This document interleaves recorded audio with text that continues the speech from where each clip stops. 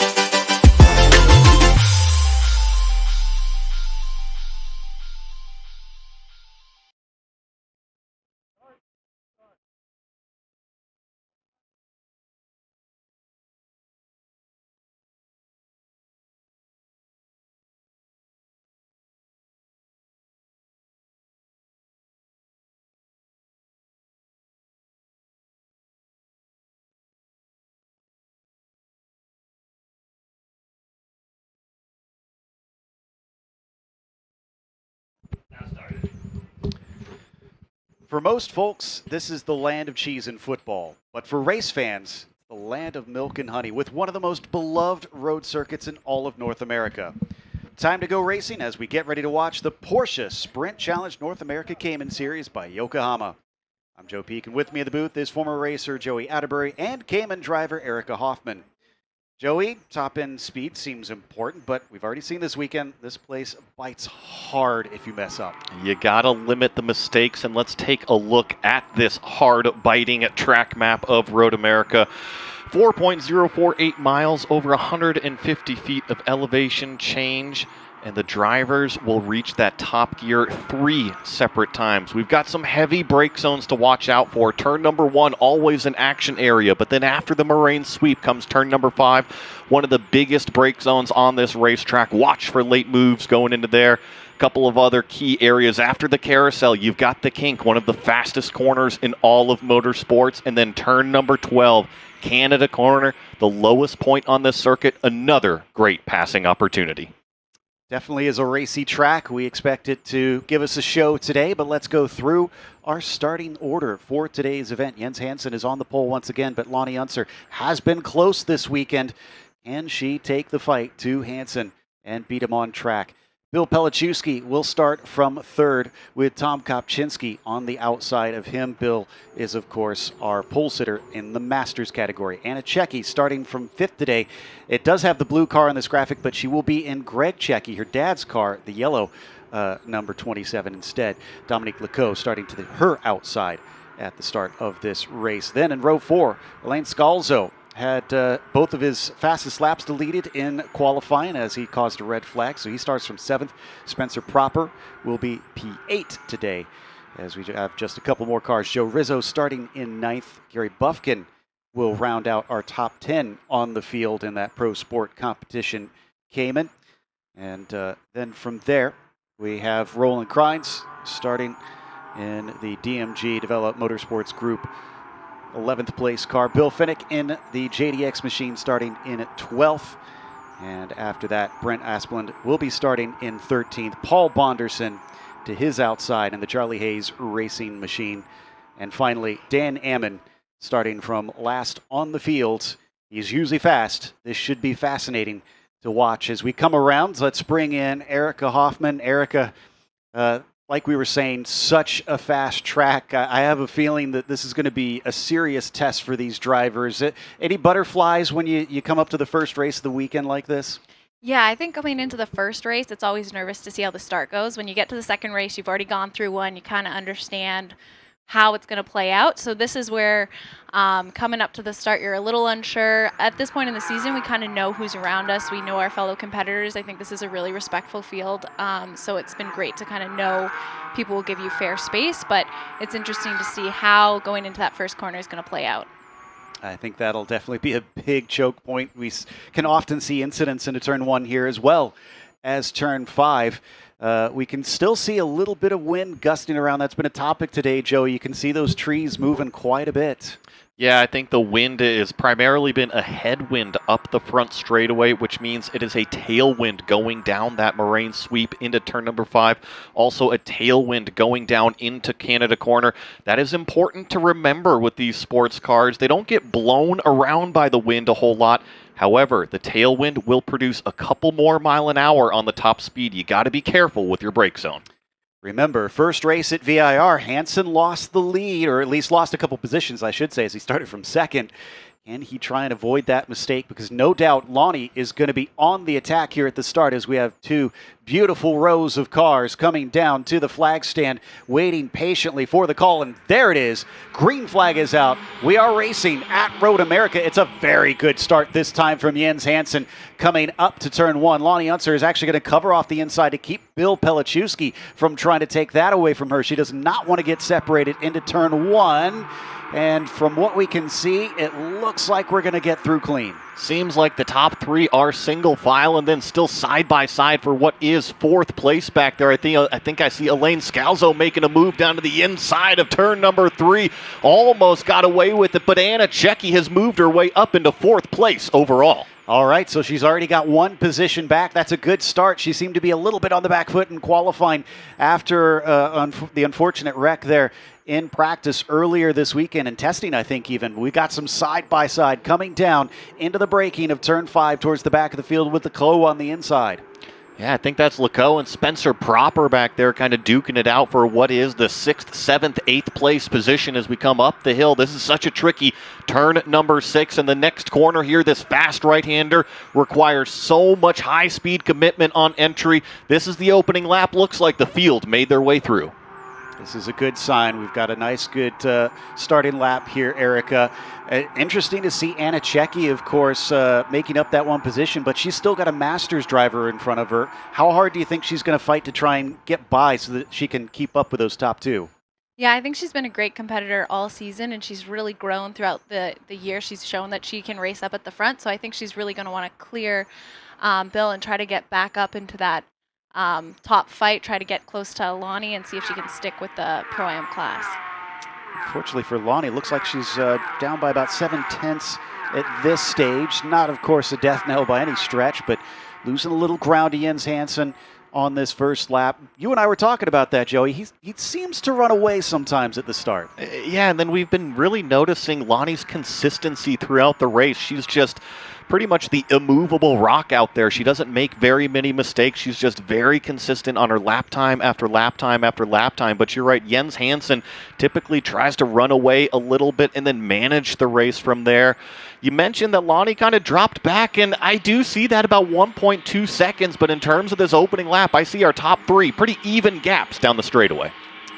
So it's not major differences between them, but enough that Jens is now pretty much out of reach of those behind him. Bill Pelichewski still separated from Tom Kopczynski behind him, who is fighting for that Masters spot. And Elaine Scalzo, who we know was slightly out of position, already up to 6th and 3rd in class. I think that's a good move for Scalzo in that orange and blue number 26 as we've got our eyes focused here on the purple and white number 4.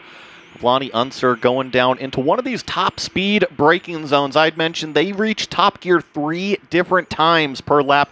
This is one of those areas, and you got to be confident with that brake pedal pressure to get the car stopped. This is very orderly looking on the second lap. Everybody pretty much single file down into the braking of turn 5. Seeing a little bit of sunshine there at some parts of the track, but it's gotten quite cloudy in comparison to earlier this morning. And Erica, I got to ask you, because you have so much time in these cars. I mean, we're only working lap number 2 right now. How is the car feeling? Do you have enough confidence that you can trust the car and go 10/10ths right now, or do you need another lap or so of warm-up? I think it depends how well you warm up your tires on that outlap. You really want to be working that hard to get them in the window. But it will be feeling very different from qualifying this morning. Qualifying was early. It was colder temps. You're on new rubber. And now we're running the same tires. So it's been, the track is hotter, greasier. It's been a lot of sun out today. So it takes you a bit of time to kind of learn the limit of the tire, where you can push. Some things might feel a bit different, so you can be a little cautious trying to feel it out. But normally these first few laps feel really great. And to kind of put on top of that, too, remember in qualifying, like Erica was just mentioning, the car is very, very light on fuel. Different fuel load for the race, too. Look at this battle starting to brew. Anna trying to get to the top 3 overall. Wants to go by Bill Pelichewski, as we heard Erica mention. That's not for points on track. If you're not familiar, these two classes have their own point scoring. And for her, the real goal is to try and get up and challenge Jens and Lonnie before they get too far away. And it does look like they're starting to put some distance. So I imagine the urgency is rising. 100%. It's about 2.5 seconds between first and second, and another 2.5 seconds between second and third place right now. So I think Anna Checky's anxious to get around, but I think the more anxious driver is actually Elaine Scalzo. He's got Tom Kopczynski directly in front of him, so watch out for that orange and blue car. He is right on the bumper coming down into turn number 3. Kopczynski in the middle of the road. Scalzo's going to look for that corner exit, try to draft down this long straightaway. He was putting the pressure on, so much so that Tom had to defend into turn 1. Will he do the same into 5? A much heavier braking zone downhill into this left-hander. I'd say that Elaine is there. Question is, does he try it? That's probably not much of a question, because he almost always does, and there you go. But again, a defense, and a bit of a late defense, I might say. It was right in the middle of the road, and, you know, I'll give a fair pass to that one, because it's not like it was a move in reaction to where Scalzo was. He was already kind of on the inside of the track, and so I think Kopczynski was just kind of choosing where he wanted to put the car, but the pressure is still on. This number 26 car just needs to get, about a car length or so closer in order to have that confidence to really kind of send it on the brake zone. If it's further back than that, you really have to look for a mistake out of the competitor, and that was a shallow exit from Kopczynski. Scalzo certainly put the nose in there. He chopped him off, though. Did not want him to try and get underneath, as Scalzo can attest to what happens if you go wide coming through the carousel. That's where he brought out that red flag in qualifying.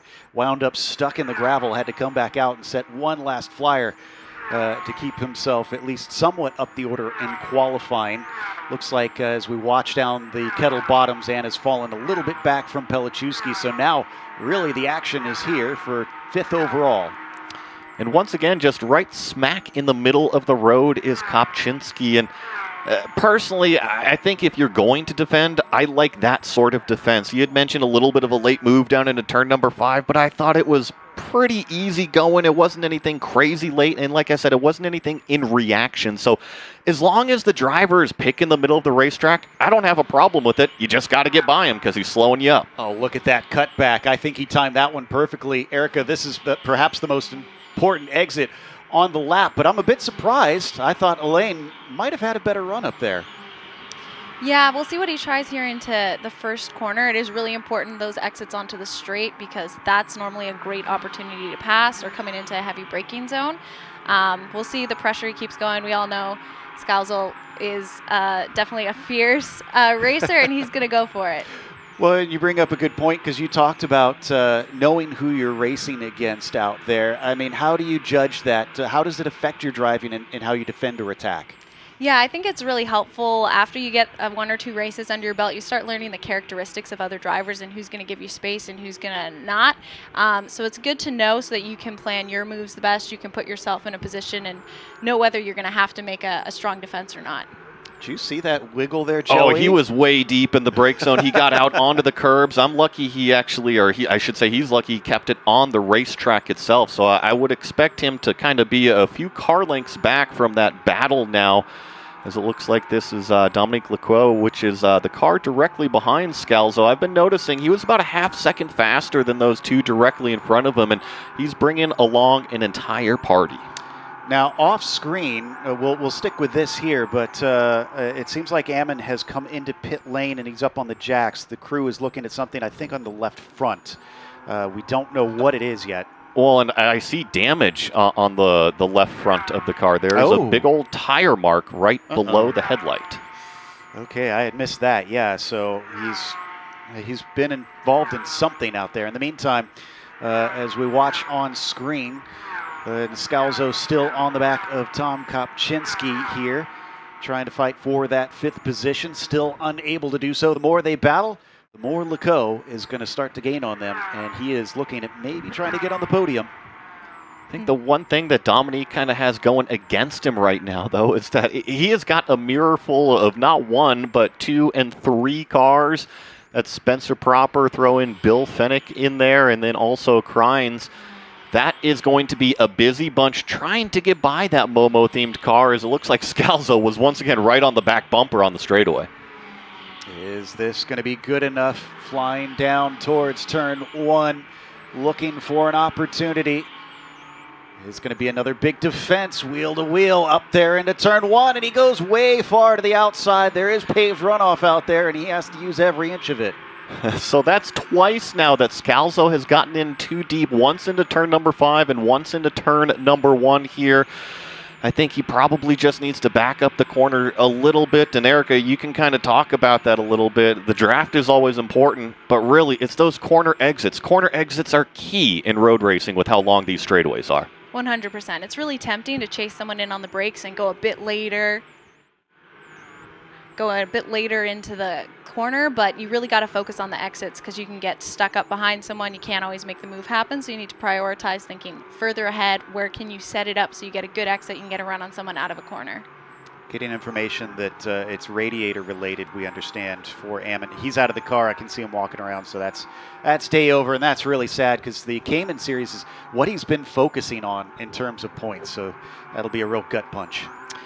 Yeah, unfortunately, the car's parked directly across from us. Can see a little bit of that fluid coming out of the front end of the car. So, yeah, he'll be looking forward to that GT3 Cup race a little bit later on this afternoon. And, of course, Cayman Race number 2 tomorrow. But we focus on this battle for 7th place. That is Dominique Lecaux in that red, yellow, and black-themed Cayman GT4, being followed by Spencer Proper here in the white and black car.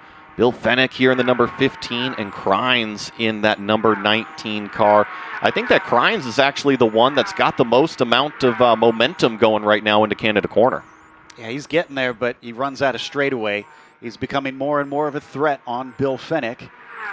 He's got plenty of race to continue to put that pressure on as well. So we'll see what develops from that. The other interesting thing to note about Ammon and Scalzo, because they are in the fight for the championship currently for the Masters in the Caymans. Now, Scalzo was the one that had bad luck last race. Is this Dan Ammon's turn, who took back-to-back wins back in Virginia, to experience a bit of misfortune?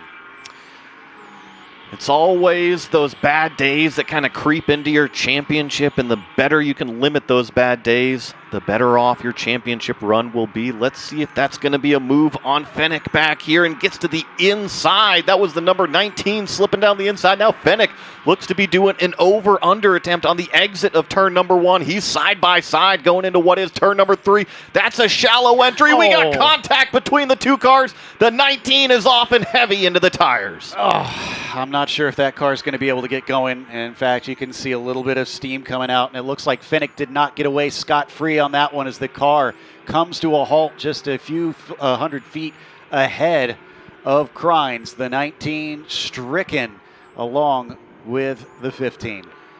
I'm sure that this will probably bring out a full course yellow flag, and just as I say that, start finish is waving the double yellows. Full course caution here at Road America in Cayman Race number 1.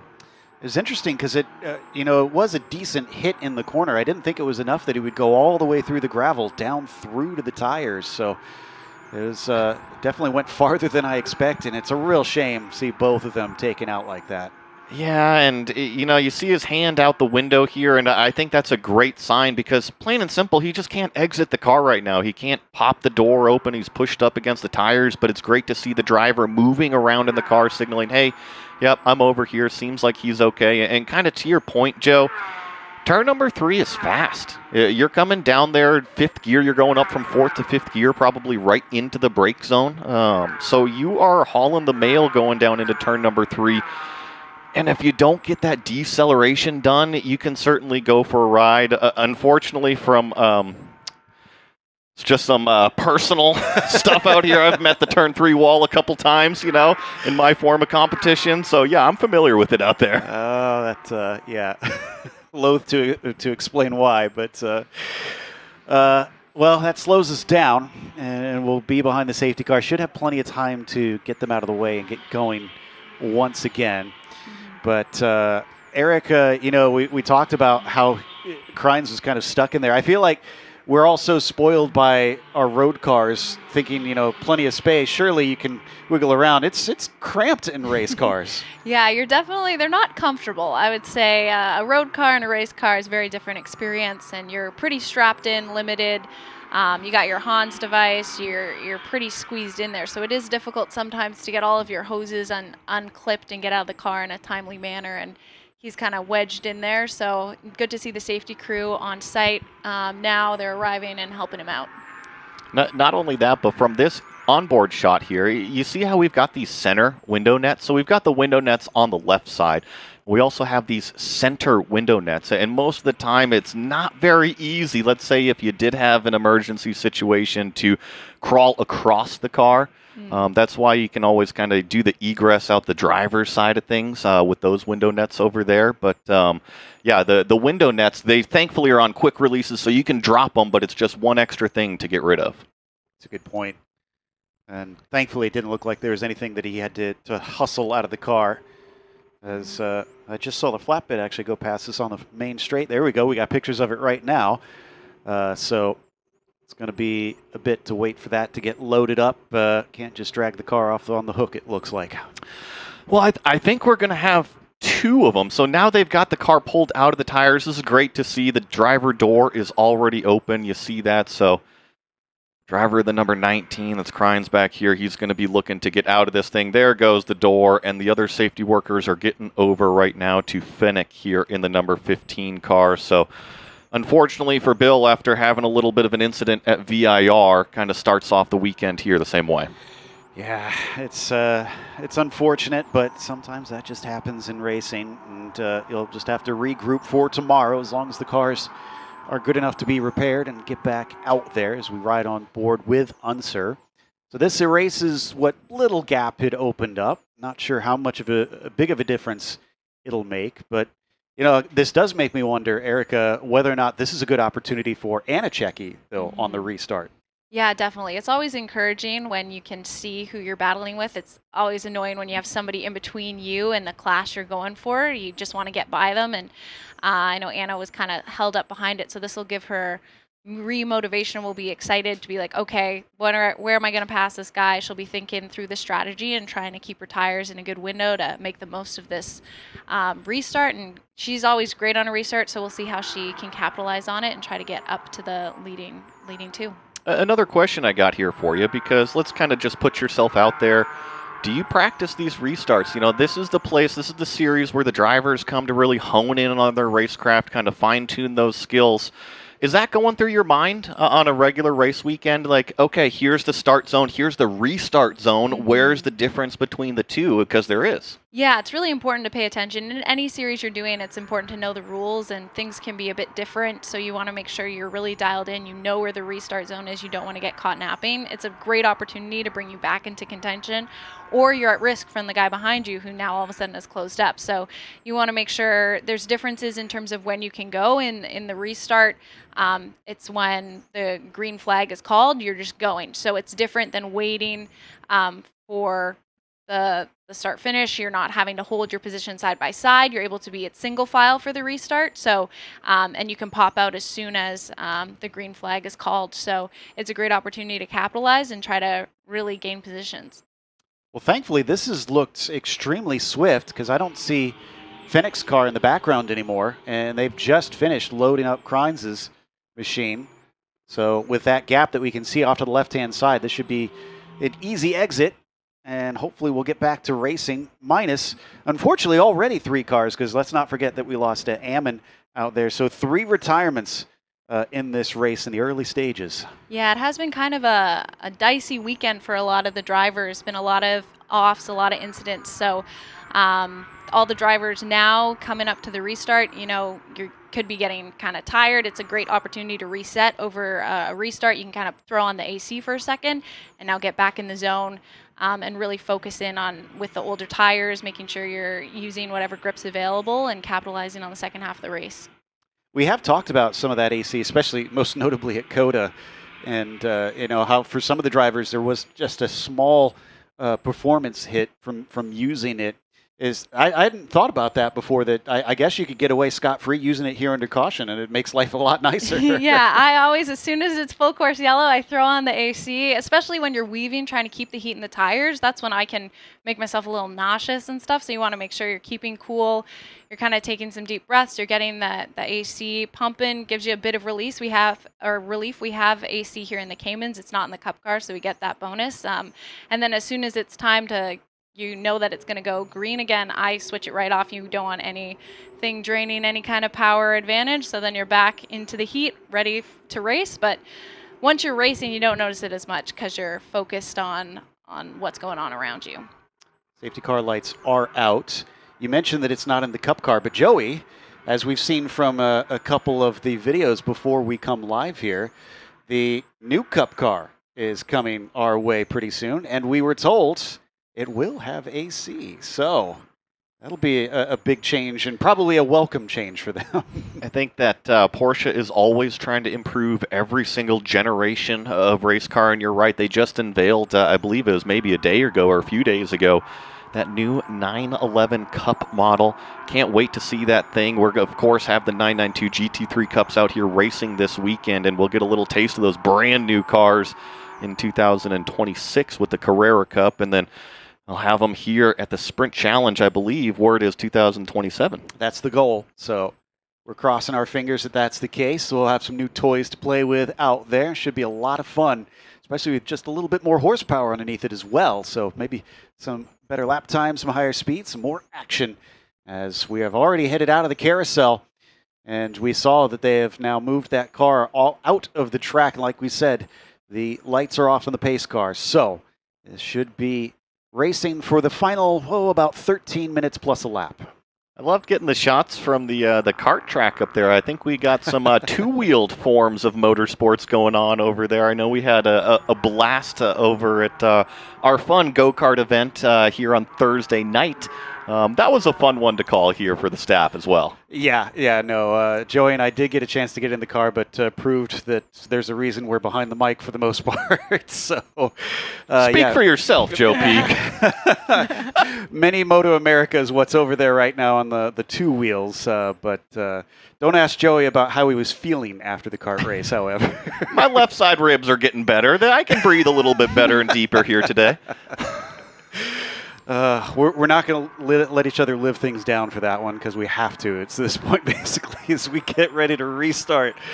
And safety car has already let them go. It's under the control of Jens Hansen. Unlike with the initial start, it is single file now as they come back to the green. Who can get the jump, though, as they wait for the go from Hansen. And they've already waved the green flag, so he must already be on it as they accelerate up the hill here at Road America. 12 minutes and some change, plus a lap left to go here in our first race of the weekend. This is a very good start from Lonnie. She's quite close. She takes a little bit of a look, but as they hit the brakes, she's not quite there. Behind her, Pelichowski giving watch. He's actually gotten a good jump over Checky. Yeah, and crucially, Lonnie, the front end kind of slid just a little bit wide there at the apex of turn number 1. Kind of lost maybe half a car width to Hansen. I certainly thought that she was going to be able to do an over-under move and pressure him down the moraine sweep here. But if anything, it is Bill Pelichowski with the restart advantage. Look at him drafting up behind Lonnie Unser, only about 1 car length behind as they enter the turn number 5 brake zone. I don't expect him to pop out here, but he definitely got the advantage over Anna Checky, who he was battling with. How much does Bill want to try and get involved? Because he already has a buffer between himself and Tom, but 2 cars is always better than 1 to separate yourself from the points pain positions.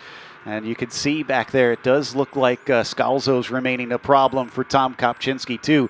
And maybe that's more of what Bill's thinking about here, because Scalzo's been so quick all season. He just doesn't want Scalzo to get a chance. Yeah, Scalzo is definitely there. And like I was saying, Pelichowski doing a great job. Kopczynski doing a great job on that restart. So I think the top 3 right now, pretty even gaps as we go down the carousel. A little bit of a gap back there from 3rd to 4th place. That yellow car is Anna Checky. And I think crucially, you got to have a head on your shoulders right now. I'm sure the team is letting them know, hey, which drivers are in that Masters class? Which drivers are in that Pro-Am class? Which ones are really worth the points? For Anna, her points battle is right now with Lonnie Unser. Anna actually leads it, but it's only by 30 points. So if Lonnie manages to finish where she is, she's going to cut down on that pretty well. In fact, I'm looking at it, it's about 12 points. So that almost halves it between them as they exit out of Bill Mitchell Bend up to turn 14. Hansen already has it up to that 1.2 seconds, but look at Scalzo once again, forcing Kopczynski to have to defend into the final corner. Let's see about the run up the front straightaway here. We've really seen that number 52 have some extremely good handling on the straightaways here, and once again kind of pulls away from Scalzo. I just would have thought with these more shallow entries that it's going to cost Kopczynski on the exit, but like I said, he's got some motor in that car. Yeah, twice now we've seen what looked like a poor exit just bleed away, unfortunately, and Scalzo unable to do anything with it. They spread apart a little bit at this stage on the second flying lap back from the restart. I think we had a few changes for position behind them. It looks like Proper now up behind Lecoq. Or is that Lecoq ahead of Proper? I think he was behind him, wasn't he? Spencer Proper has been trying to make his way through that kind of 4-pack before the yellow flag, so I think Dominic Lecoq is still hanging out there in that 7th place overall. And then he's got the train trying to catch him right now as the field works their way through this turn number 5. Up the hill into turn number 6, and I see the same thing lap after lap. It is this 52 car, this white, blue, and red themed car with the white wheels, just right smack in the middle of the racetrack in these brake zones, just kind of dissuading Scalzo from any deep moves. Well, the lane does seem to be a lot quicker in certain parts of the track. Are you watching that, Erica, at times when you're in the car trying to take notes of where you might find an advantage? Exactly, yeah. So you want to kind of learn what your competitor's doing. You're going to see where they're gaining on you, where you're catching them. And sometimes you'll be catching them at really inopportune times. So you could close up, but there's really not an opportunity to get by wherever you're closing. So you want to make sure you're aware of that, you're timing it, and kind of setting up those moves up beforehand so you know that you're catching them in a place that you can really capitalize on. At the same time, Tom's probably learned a bit of where Scalzo's poking his nose out. You're kind of getting to know each other, so it can take away some of the surprise if you keep trying to attack in the same spot over and over again. So you got to keep it creative as somebody who's following and trying to figure out your way by. Creative line on the exit from Scalzo there, went quite wide, but he's just checking off every break zone today. Exactly, cleaning it up a bit for everybody else. Oh, but look how slow he is now. Suddenly Dominique is right there behind him. It has gone from attack to defense for Scalzo. And I think if you are in the driver's seat of that orange and blue number 26, ignore that car in the rear view mirror. He's about 2 car lengths back. You know you got more pace. Now, obviously, you have to be aware if he's going to make a move in a passing zone, but you know you've got more performance. And here he comes, Dominique Lecoq down the inside with a super send into turn number 1. Does Scalzo have any response for him? No, he tucks in line. Talk about a move down into turn number 1. This is a Porsche battle in French right here between a French-Canadian and a Frenchman who now lives in the U.S. and unfortunately makes a mistake out of turn 3. He had it all of about a corner. That's kind of what I was going to say with Scalzo. I think that he's got a little bit more performance advantage. Remember, we saw it in qualifying. He was one of those top 3 cars until he brought out that red flag and ultimately had to kind of settle for a mid-pack position. So I do think the lap time is there. It's just got to be cleaned up in terms of the lap. Now 7 minutes plus 1 lap left to go. If you're not familiar with how that works, essentially, once the clock runs out, that is when the checkered flag comes out, not before, as we will often see in timed races. So they'll get 1 extra time to circulate once we do get to 0. Now it's, I guess, a rebound moment if you are Elaine Scalzo trying to get back up to Tom Kopczynski. Has to make up about 1.5 seconds.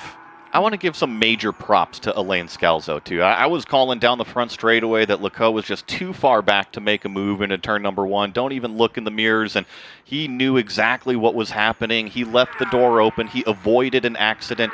That was great racecraft on Scalzo's part.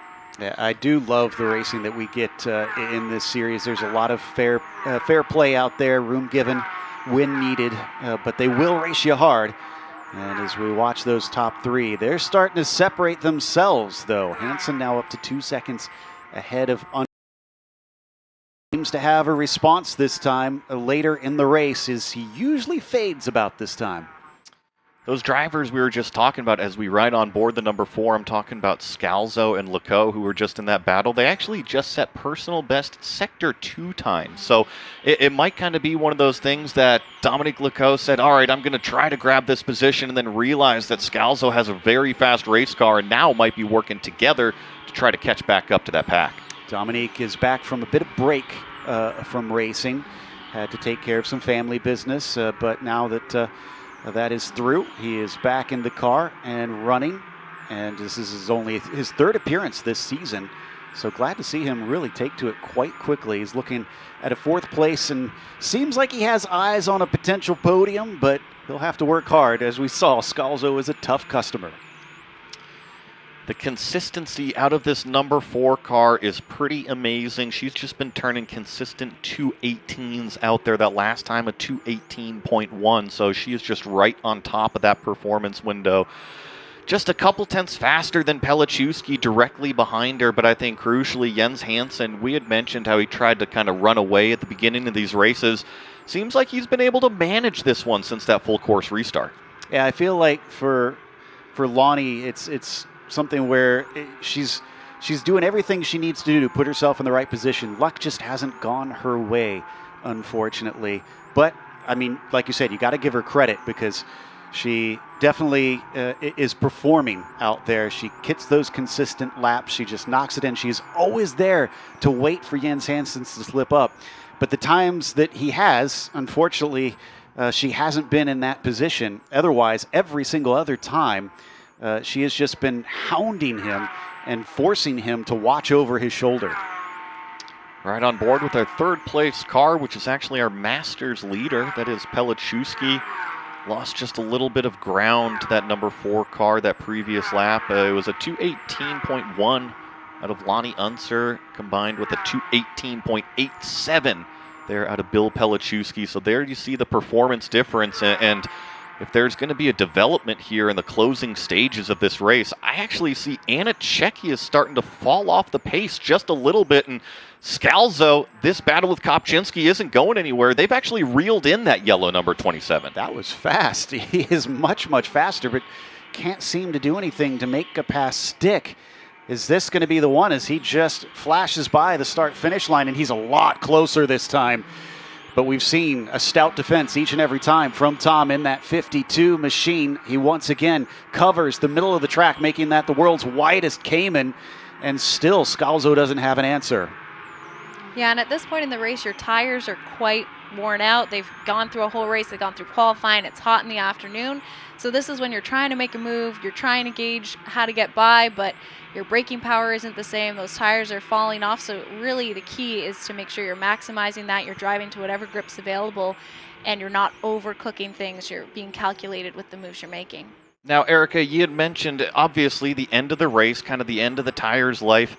These Caymans are such well-balanced cars. Where do you feel kind of the car is starting to slip away from you? Sometimes it's a bit on exit of corners. If you're getting to throttle, you can find that the back can maybe step out. Overall, I feel like they are such great cars. I've loved driving mine this season. It's been fantastic. And I remember our first race in Sebring, I wasn't used to the platform, so I had a lot more trouble with like managing the slip. But now I'm finding, as I've got more comfortable with the tire and the car, yeah, your lap times go down a little bit as the race goes on, but overall, it's still a great racy car. You're not fighting it too hard. You're still able to be in battles, and it's really just such a fun car to drive. I've loved it. It's been a fun battle, that's for sure, here between Tom and Elaine. They're still only split by about 0.4 of a second. Coming down to the last few laps now at this stage, less than 2 minutes on the clock. Anna keeping herself maybe a bit farther away, helped no doubt by the two of them fighting as much as they have. But a third place still in the cards for the number 27. That's the good news for her, that she is well clear of proper and still on the potential podium after she had a bit of a setback earlier on this weekend. Here we go again, down to the final corner to decide the last step on the podium, or excuse me, second on the podium here in the Cayman GT4 Masters. Not as close this time, though, from Scalzo. I've been noticing that Kopczynski's just been doing a great job in the middle of the racetrack. Usually when you compromise your entry, you definitely have a compromised exit. But Scalzo hasn't been able to make up too much on the exits. I think it's more through this section of the racetrack where he's a little bit faster, carry the speed through turn number 1, be a little bit more confident on the brakes going into turn number 3 here. And now we've got actually all 3 cars here in this same shot. So a poor lap from Anna Czecki last time, a 2:20.3. That was almost a full second slower than those 2 cars behind her. Something is not quite right up there. Let's just hope this doesn't affect the battle. Remember, she's not fighting them for points-paying positions. Granted, she doesn't want to give up time, just stopping and letting them go by, because there is still Spencer Proper back there hoping to try and pick up positions. Let's see as they flash past now at turn 6 underneath the Corvette Bridge, and then as they head towards turn 7, downhill plunge into the Hurry Downs. Yeah, they've stayed separated this time. Not as close there for Scalzo. And I know that when I was driving, I always liked communication on the radio between myself and my crew chief. Erica, I got to ask you, do you want somebody help cheering you on? Let's put you in the kind of shoes of Anna Czecki right here. You've got 2 cars closing down in on you. Do you want to know about that?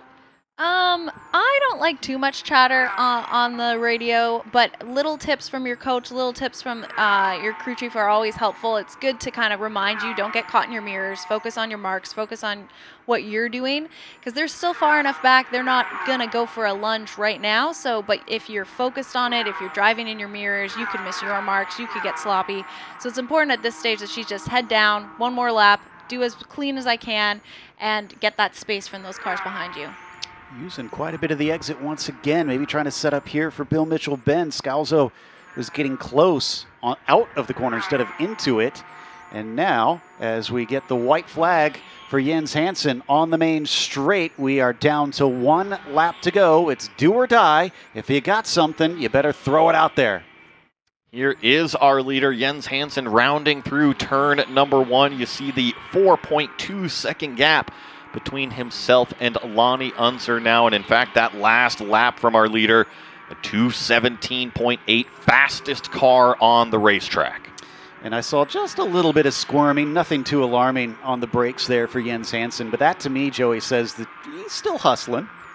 I don't think you should change. Even if it's the last lap, when you try to do something different, that's when mistakes can certainly happen. You think, oh, okay, we'll just go a little bit easier going into the brake zone. Well, what happens if you don't apply the same amount of brake pedal pressure because you're getting easier into the brake zone? You just want to keep going at 10/10ths. Don't change anything. Get to the checkered flag. Another testament to the pace of these top two, as it's about 3 seconds, I think, back to Bill Pelichewski, and then another 5 more seconds down to Anna Cecchi behind them. They've really run away from the rest of the field. And despite Jens Hansen's efforts to completely drop Lonnie Unser, she's still those 4 seconds behind, still maybe a little bit visible on some of the longer straights, showing that he can't make any major mistakes out there. So he's got to bring it home with just a couple corners to go. Keeping him honest out front. In fact, she was about 0.3 faster in Sector 1 there this final lap here. But here we go through the kink for the final time. That's probably the biggest danger area for our leader, and he was able to navigate it to perfection. On the brakes down here at Canada Corner, left himself plenty of room on driver's left just to be careful. And now, really, he's only got 2 corners remaining. 9th race of the season, and he's already got himself 6 wins so far here in Porsche Sprint Challenge in the Pro-Am category.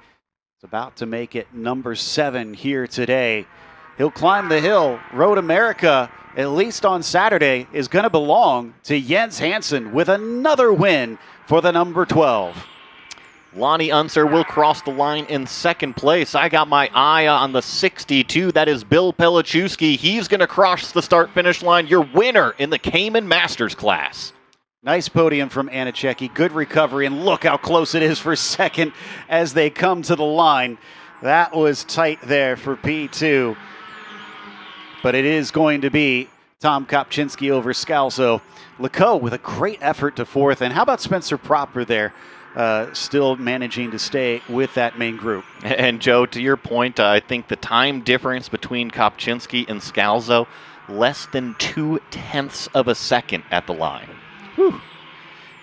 And with the rest of them through, that's it. That's everybody across. Our results, we'll see Jens Hansen take the win. Lonnie Unser was P2.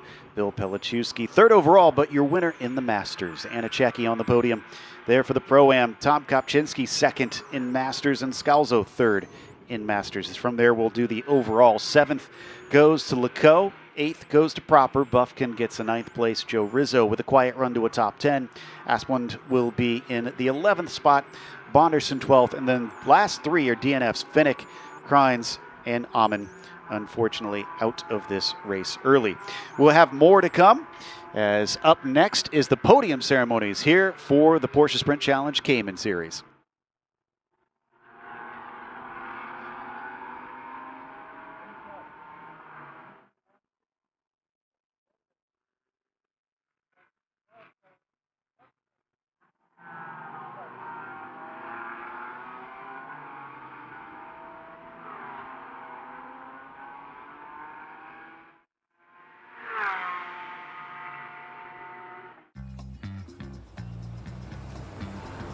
It's hard to contain your excitement when you get something you've really wanted.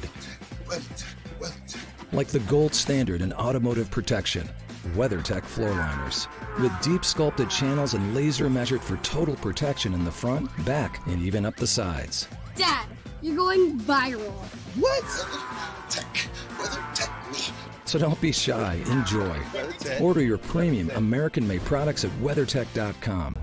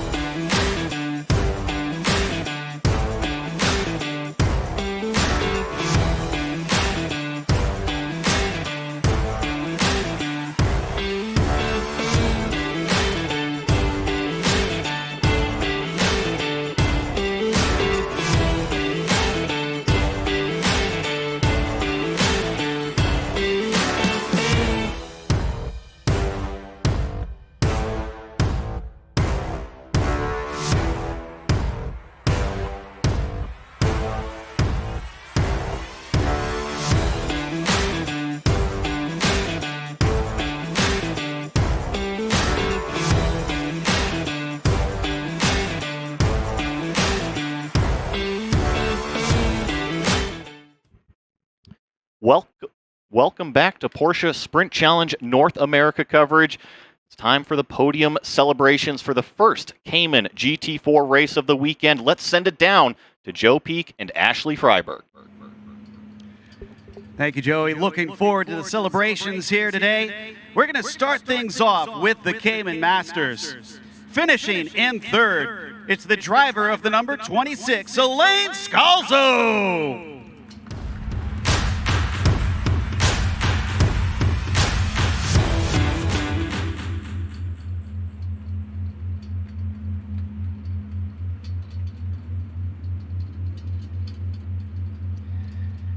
Finishing P2 today with an excellent drive to hold on to that second place. It's the 52 of Tom Kopczynski.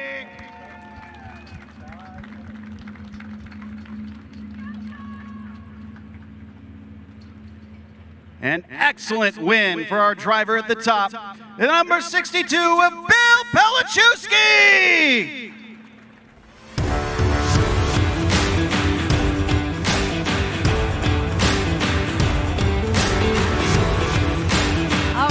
Congratulations, Bill, on your win today. What's going through your mind right now?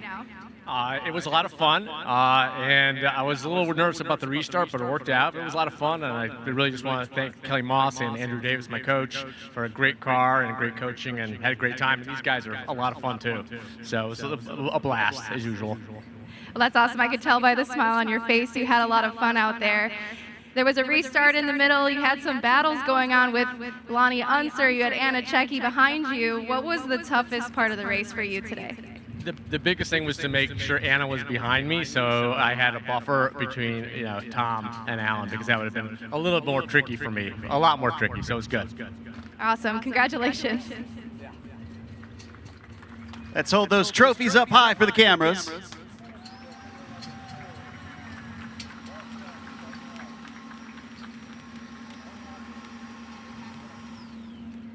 And then let's swap our hats around, please.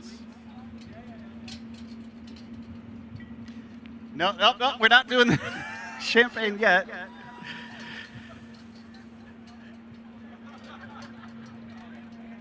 A little bit premature.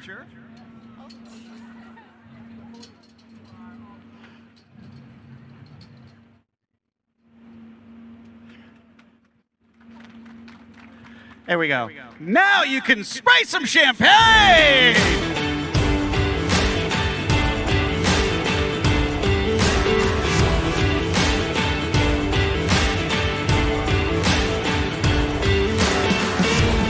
Let's hear it for our eager podium finishers here at race number 1.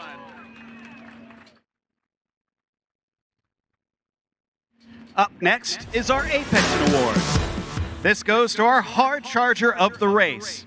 Today, that belongs to the 86 of Brent Osplund.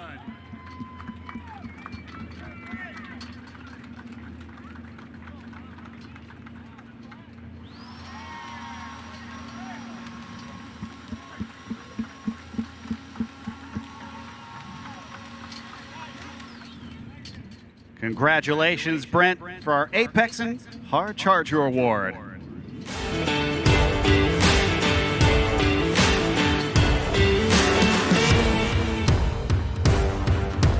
Finally, we have the Cayman Pro-Am finishers. Starting off with third, an excellent rebound on the weekend for the number 27 of Anna Checki.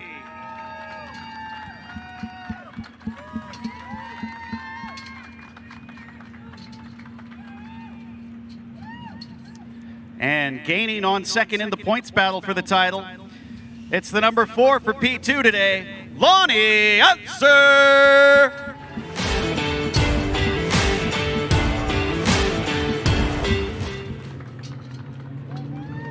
And a 7th win on the season for P1, the number 12 of Jens Hansen.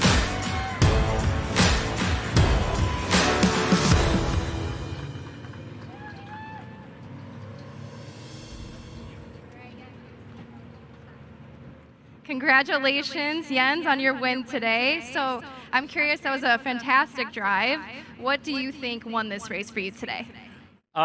Consistency. We had a plan to go out there and set a couple flyers and then sort of hold back on the tires and manage them for the rest of the race. And, we got it done. I think we were pretty successful maintaining a 2:18 target time. So, yeah, it was just consistency that got me through the race. Yeah, we definitely see that from the timing booth up there. There was a restart there. Lonnie was putting some pressure on you there at the start. Did you feel that pressure from behind, or were you pretty focused forward? Yeah, of course.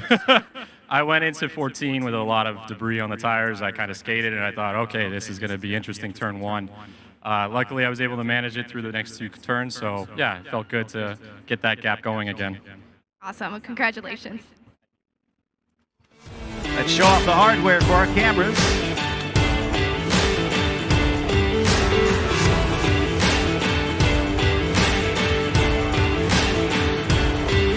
Now, if you wouldn't mind swapping hats, hold off on the champagne, please.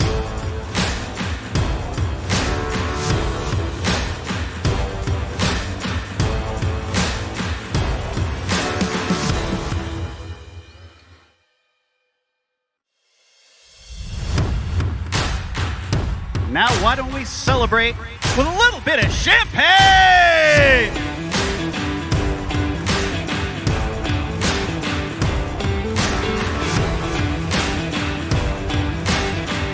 Congratulations to the Pro-Am podium for race 1 here in the Porsche Sprint Challenge North America Cayman Series. We got more racing action to come. Stick around because we've got the GT3 Cup Series up later this afternoon.